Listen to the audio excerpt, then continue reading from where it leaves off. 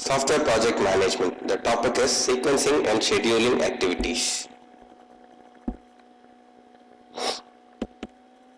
Sequencing and scheduling activities. Project and its activities must be clearly defined to achieve the target.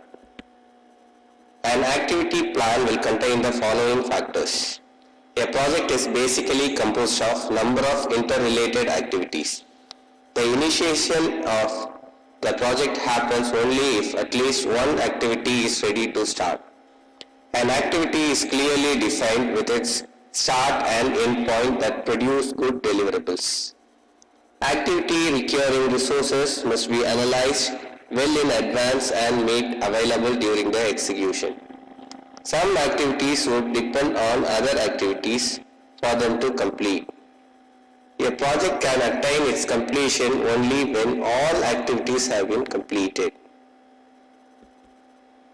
Approaches to identify activities. The various approaches used in identifying activities are activity-based approach, product-based approach, hybrid approach, activity-based approach. In the activity-based approach, all the activities are listed and created for the project.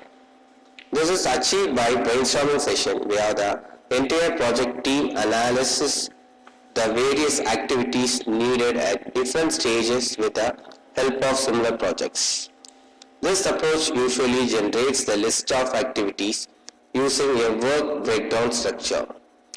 WBS helps in identifying the lowest level of effort, that is, the task required to complete the project by breaking down into lower sets of tasks. So this is a pictorial representation of activity-based approach work breakdown structure. So project analyze, design, build. So design, data design, process design and physical design. So data design is classified into relational data analysis and logical data design. Task defined at lower level includes everything that is required to complete the task at a higher level. The work breakdown structure provides an in-depth knowledge about the lowest level of activity that has to be completed. WBS is a refined structure that clearly defines the milestones that has to be achieved in accomplishing a specific task. The ordering of sequence of activities can also be done in this approach by defining those activities that have to be completed for others to start. In a purely activity-based approach, activities are identified and defined in 5 levels. Level 1, project goals, objectives defined. Level 2, deliverables, software manuals, training. Level 3, components, work team, work items, modules, tests. Level 4, work packages, major work items, related tasks. Level 5, task, responsibility of an individual in accomplishing it. Product-based approach.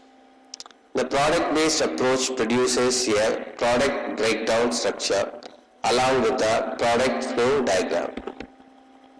The approach accepts the products as inputs, which is transformed into an ordered list of activities. Product flow diagram do not leave out any activity from its order list and adopts a methodology which clearly specifies what are the products required and what are the activities required to produce the product. This is a figure of SSADM product breakdown structures. Requirement specification divided into data catalog, procurement catalog and processing specification. Data catalog into attribute data item description, group domain descriptions, and processing specification into user role function matrix, function definitions, required system logical data model, entity life histories, effect correspondence diagrams. So logical data structure, entry descriptions, relationship descriptions. IO structures, inquiry, access paths, elementary process description. Using structured system analysis and design model method SSADM, a generic activity network can be derived for a project-specific product breakdown structure. The development of a PFD indicates the sequence of activities of the activity network. Hybrid approach. WBS deals with list of final deliverables, whereas BPS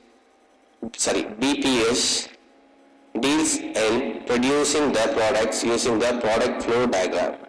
Hybrid approach combines both the activity-based and product-based approach to structure both activities and products. Structuring of product-based or activity-based approach depend on the nature of the project type. Project, installed system, software components, user manuals, training courses. This is a hybrid approach combining activities and protocols. Sequencing and scheduling activities. Scheduling is required for every activity that is planned along with the resources and can be represented using a bar chart. The chart describes the nature of the development process and the resource available for completing the specified activities.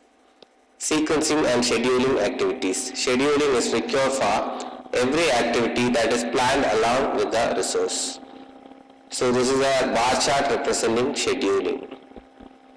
The chart defines two factors, sequencing of tasks and the schedule of the tasks. Scheduling includes the staff availability and activities allocated to them. Combining sequencing scheduling approach is suitable only for the smaller projects and needs to be separated for complex projects as individual process. In case of larger projects, the logical relationship between the activities are grouped together and scheduled for resources. Thank you.